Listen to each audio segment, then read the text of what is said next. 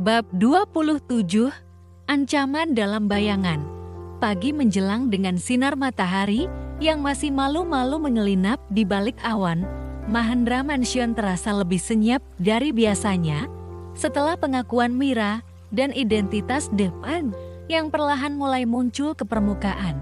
Ayla merasa semua yang dulu ia anggap sebagai fondasi kini berguncang, kepercayaan, kesetiaan, bahkan rasa aman. Di ruang makan, Ayla dan Azaki duduk dengan sarapan yang nyaris tak tersentuh. Di antara mereka, map laporan keamanan terbuka lebar. Mereka tahu, setelah ancaman itu, mereka tak lagi bisa bersantai. Aku sudah perintahkan Randy untuk memindahkan semua file digital penting ke server terisolasi. Tim juga sedang menyapu semua perangkat kantor dan rumah dari potensi penyadap, ujar Azaki sembari menyesap kopi. Ayla mengangguk, tapi pandangannya kosong.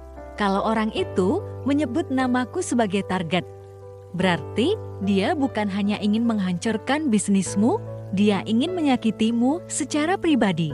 Aku tak akan membiarkan satu rambut pun di kepalamu terluka, ucap Azaki tajam. Mulai hari ini, pengamananmu akan diperketat. Bahkan, jika kau hanya ingin keluar membeli kopi. Ayla memaksakan senyum tipis. Tapi aku tak mau menjadi tawanan di rumah sendiri. Kau bukan tawanan, Ayla, kau adalah nyawa yang ingin aku lindungi. Sementara itu, di sebuah apartemen mewah di pusat Jakarta, seorang pria berkacamata duduk di depan layar komputer besar. Di sekelilingnya, beberapa monitor menampilkan rekaman kamera tersembunyi dari berbagai titik Mahendra Group. Waktu mereka hampir habis, gumam pria itu. Ia membuka sebuah folder terenkripsi, menampilkan data dari masa lalu keluarga Ayla. Salah satu file memperlihatkan surat perjanjian lama antara Arman, ayah Ayla, dan Wiratna. File itu telah dimanipulasi. Jika kebenaran ini muncul, segalanya akan runtuh, ujarnya sembari menghapus satu data kunci. Hari itu juga, Ayla memutuskan untuk pergi ke rumah masa kecilnya. Tempat itu kini kosong, namun masih terawat berkat penjaga lama yang setia.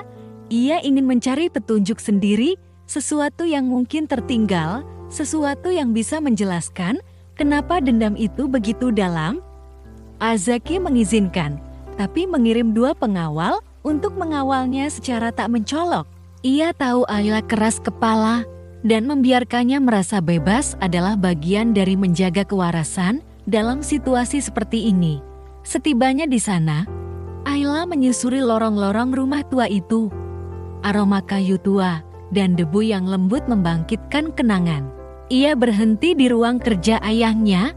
Semuanya masih seperti dulu, meja besar, rak buku penuh dokumen, dan lukisan kecil di dinding yang menggambarkan pegunungan. Ia mulai membuka laci-laci, meneliti satu persatu map dan buku catatan. Hampir semuanya tampak biasa, sampai ia menemukan sebuah buku agenda kulit tua. Di dalamnya, ada catatan tangan yang ditulis terburu-buru. Dapat bukan hanya bayangan. Dia tahu segalanya, termasuk raihan jantung Ayla berdegup kencang. Ia meraih ponsel dan memfoto halaman itu, lalu menghubungi Azaki. Saki, aku temukan catatan ayahku, dia sebut DP. Dan Raihan, seolah Raihan juga bagian dari rencana mereka. Tapi aku tak yakin, apakah Raihan tahu atau hanya pian. Bawa buku itu ke rumah, kita akan analisa lebih lanjut. Dan Ayla, hati-hati, jika catatan itu ditemukan oleh orang lain lebih dulu, kita bisa dalam bahaya. Di sisi lain kota, Raihan sedang berdiri di depan sebuah kafe kecil. Ia tampak gelisah. Ponselnya terus bergetar, namun ia abaikan. Hingga akhirnya, satu pesan muncul. Dari kontak anonim, mereka sudah mulai menghubungkan semuanya. Saatnya kau memilih, Raihan, di pihak siapa kau berdiri. Ia menatap langit, wajahnya penuh keraguan. Aku hanya ingin melindunginya. Tapi sekarang semuanya kacau. Malam hari, Ayla dan Azaki kembali duduk bersama di ruang kerja. Buku catatan itu kini terletak di meja. Beberapa halaman telah difotokopi untuk diarsipkan. Kau yakin ingin membongkar semuanya? Tanya Azaki. Ayla menatapnya dalam.